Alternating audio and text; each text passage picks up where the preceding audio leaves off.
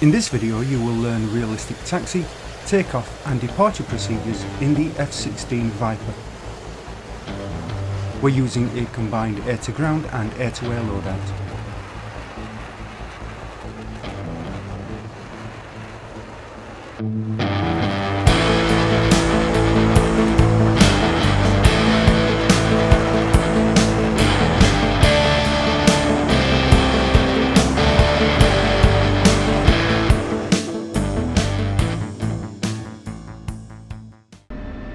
The checklist is followed, and secondary engine control, emergency power unit, flight control, speed brake and wheel brake checks are coordinated with the crew chief.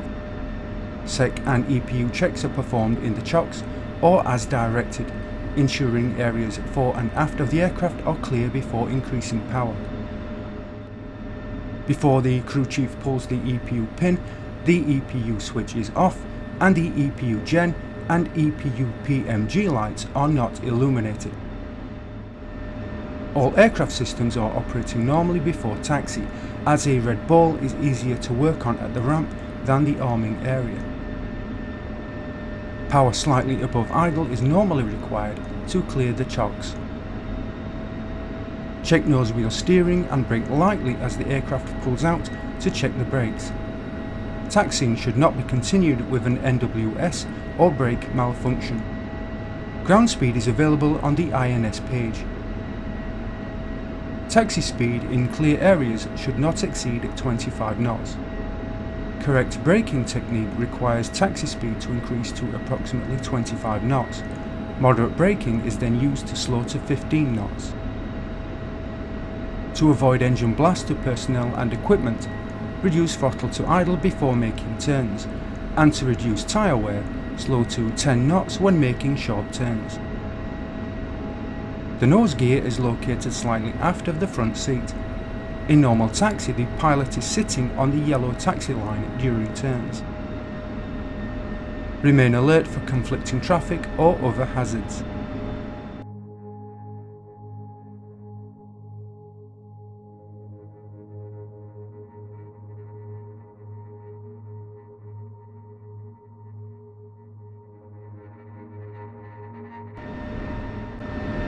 Hands are kept in sight while EOR personnel are under the aircraft. When the ground crew has completed the inspection and arming process, complete the before takeoff checklist. Alt flap switch, normal. In normal operation, the trailing edge flaps are controlled automatically by the flickers. They can be extended manually by setting the switch to extend. To enable fly-up protection in manual terrain following mode, manual TF fly-up is set to enable. Trim, check pitch and yaw trim are centered and set roll trim as required. Engine control switch, primary, guard down. The pilot can select two modes of operation, primary and secondary. Primary mode provides unrestricted engine operation throughout the entire flight envelope. Speed brakes, closed.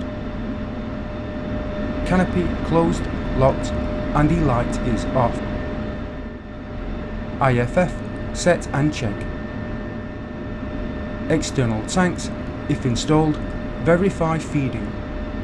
To verify feeding, set the fuel quantity select knob on the fuel quantity select panel to the required external positions.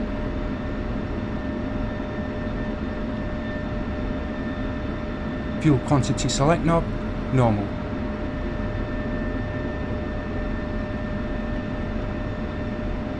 This knob controls the fuel quantity displayed on the fuel quantity gauge on the right auxiliary console.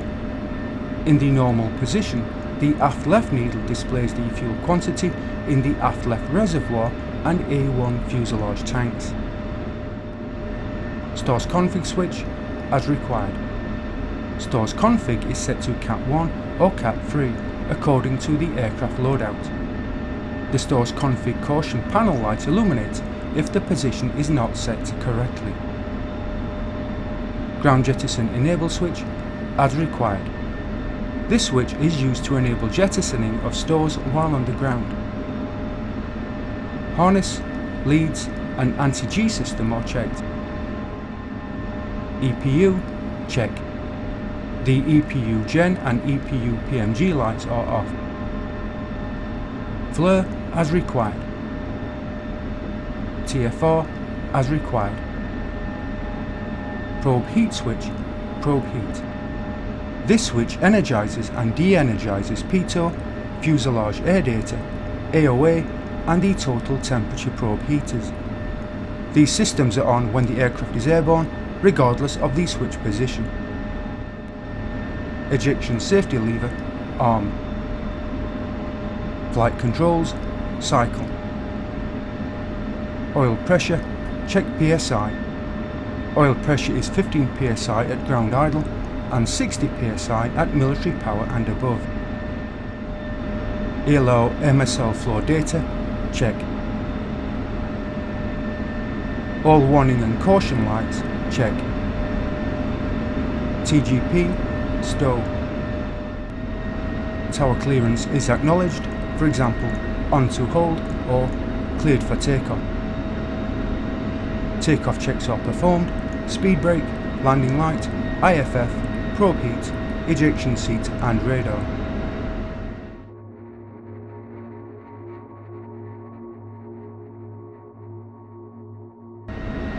Base turn and final approach areas are monitored for landing traffic.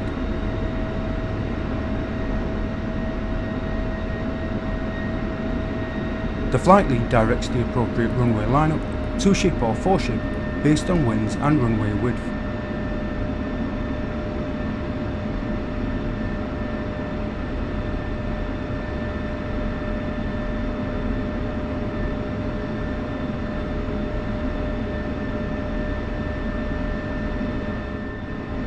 Apply brakes when in position and complete the engine check.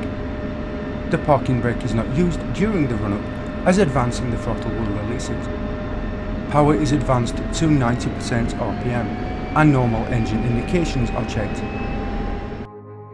Hydraulic oil pressure warning light is off. Oil pressure increasing to between 25 and 65 psi. FTIT is 935 degrees Celsius or less. And hydraulic pressure A and B is between 2850 and 3250 psi. Release brakes, advance power to null power and check for proper engine operation. FTIT and RPM should stabilise within 5 to 15 seconds. A closed nozzle position indicates normal engine operation.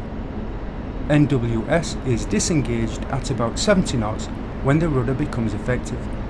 Speed is checked at the appropriate acceleration check distance, which is normally 2,000 feet. When airspeed is approximately 10 knots below computed takeoff speed, smooth aft stick pressure is applied to establish a takeoff attitude between 8 and 12 degrees. The gun cross is set at approximately 10 degrees nose high using the pitch bars. With a clean configuration, rotation and liftoff will occur almost simultaneously. When safely airborne with a positive climb, gear is retracted. Ensure gear is up and locked before exceeding 300 knots calibrated. When the gear is retracted, the trailing edge flaps retract and the leading edge flaps schedule automatically. At high density altitudes or when heavy, delay gear retraction until airspeed and altitude offset the loss of lift. Takeoff distance in the clean configuration is very short. After the run-up check, release brakes, smoothly advance the throttle to full afterburner and check for proper engine operation. AB ignition is verified by monitoring the nozzle indicator. NWS is disengaged at about 70 knots. When airspeed is approximately 15 knots below computed takeoff speed, smooth aft stick pressure is applied to establish a takeoff attitude between 8 and 12 degrees. When using AB, less time is available to ensure gear and flap retraction. If making a normal departure, at 300 knots, retard the throttle to null power and accelerate to the normal departure airspeed of 350 kcas. Departure is in accordance with local procedures, adhering strictly to assigned altitudes.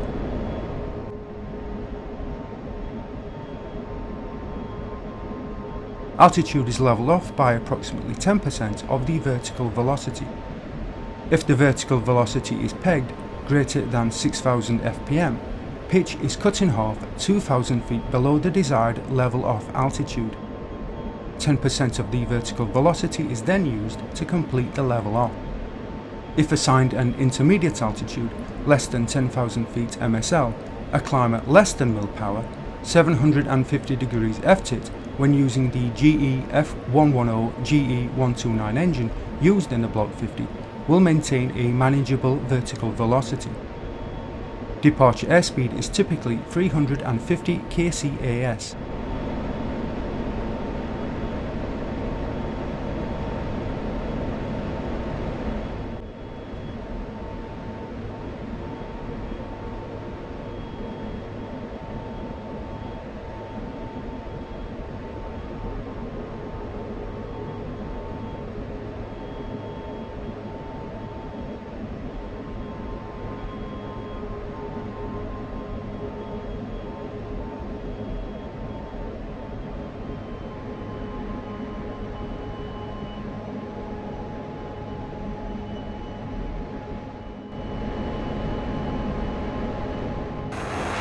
Feel free to like, comment and subscribe.